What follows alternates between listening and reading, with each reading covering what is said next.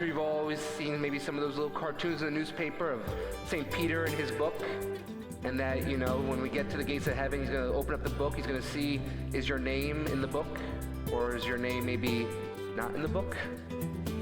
Our names are in that book. We have earned the eternal reward as a gift. In the same way as the lottery is not something you've earned, all right? You bought a ticket for $2, you didn't earn it. All of us are called to go out and to serve that mission with the assurances and the trust of knowing that God has taken care of the eternal reward.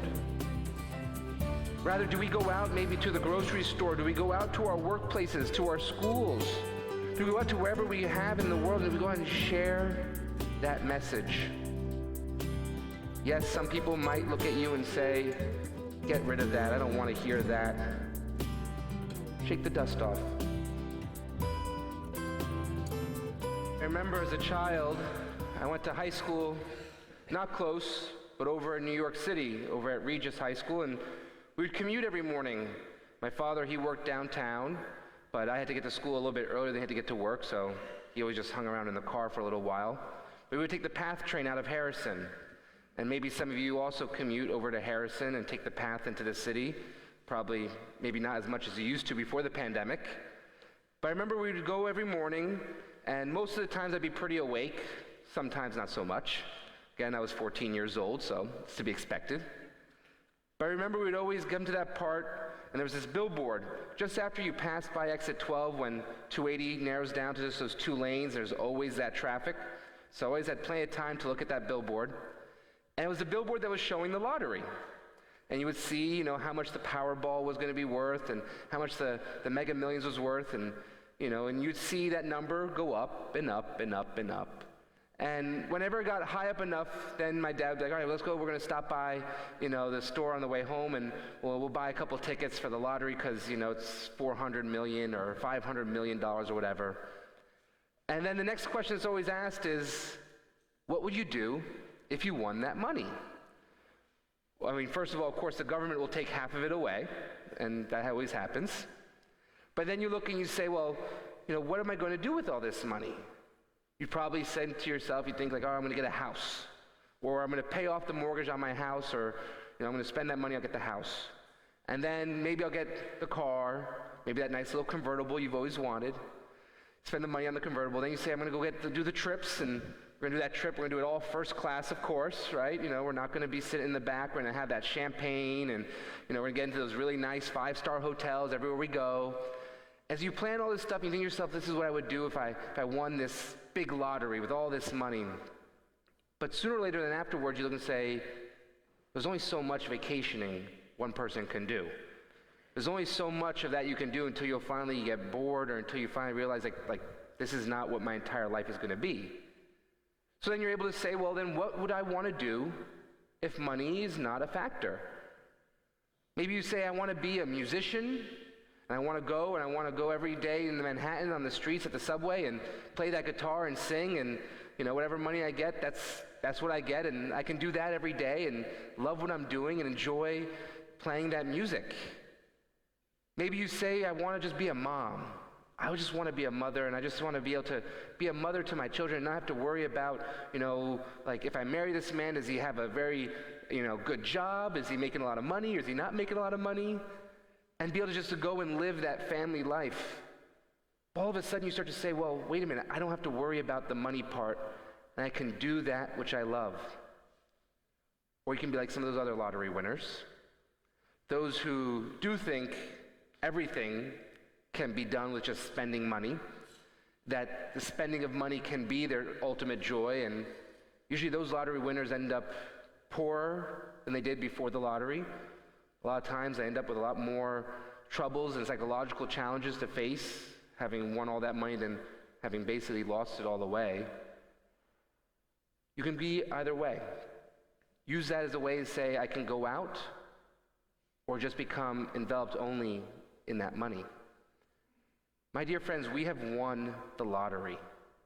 Every single one of us. We won the lottery. We have won that greatest of prizes. We have won that eternal happiness, that joy of heaven with God. sure you've always seen maybe some of those little cartoons in the newspaper of St. Peter and his book, and that, when we get to the gates of heaven, he's going to open up the book, he's going to see, is your name in the book, or is your name maybe not in the book? The gospel today, we hear about these 72 disciples who were sent out on mission. They went out before Jesus Christ in pairs on that mission. And Jesus said to them great powers, casting out demons. It's pretty powerful. I'd love to be able to do that. Give them these great powers to just go and to go out in this mission. But he says to them, your names are in the book of heaven. Our names are in that book. We have earned the eternal reward as a gift. In the same way as the lottery is not something you've earned. All right, you bought a ticket for $2. You didn't earn it. We've received it as a great gift, a gift that our Lord Jesus Christ has purchased for us, has won for us. But we have a choice to do with that gift. We can, yes, take that gift of that faith, that gift of that eternal redemption in heaven, and just be wrapped up inside of it. We can stay here, say, I'm just going to go and do my little thing, and I just want to come to church, I just want to do my me time with Jesus, and I just want to get my spiritual high from being here at church, and then once I do that, and maybe I go home, and I'm just going to pray my novena, and pray my rosary, just going to do my thing just for me, just going to be Christian kind of my way, do my thing. Or we can go out. Going out on that mission, knowing that we already have the assurances of that eternal reward. We don't need to go out and worry about how am I going to make this certain work or whatnot in order to pay my way into heaven. Heaven's been paid for, my dear friends. There's not going to be an invoice sent to us to try to get ourselves into heaven.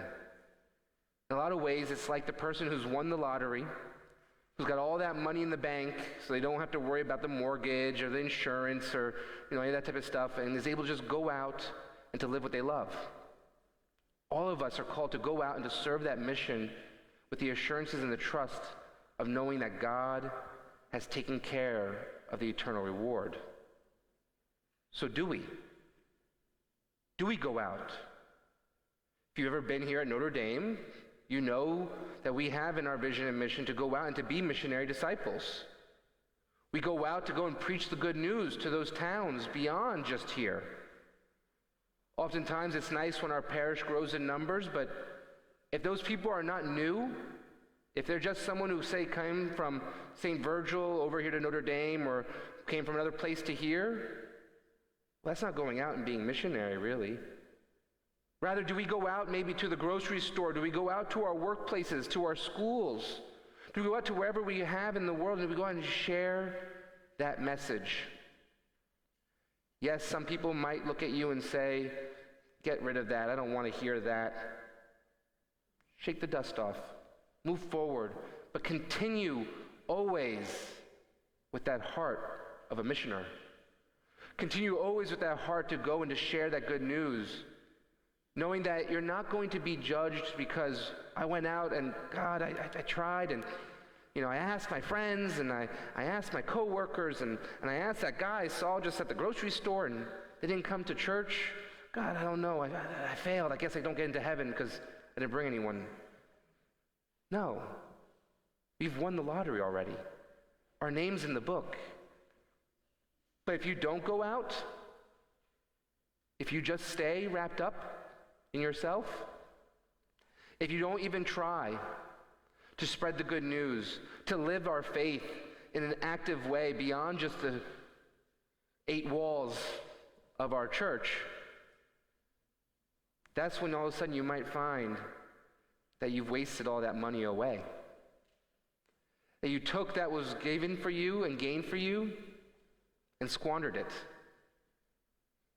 So, dear friends, we've won the lottery. What are you going to do with your prize?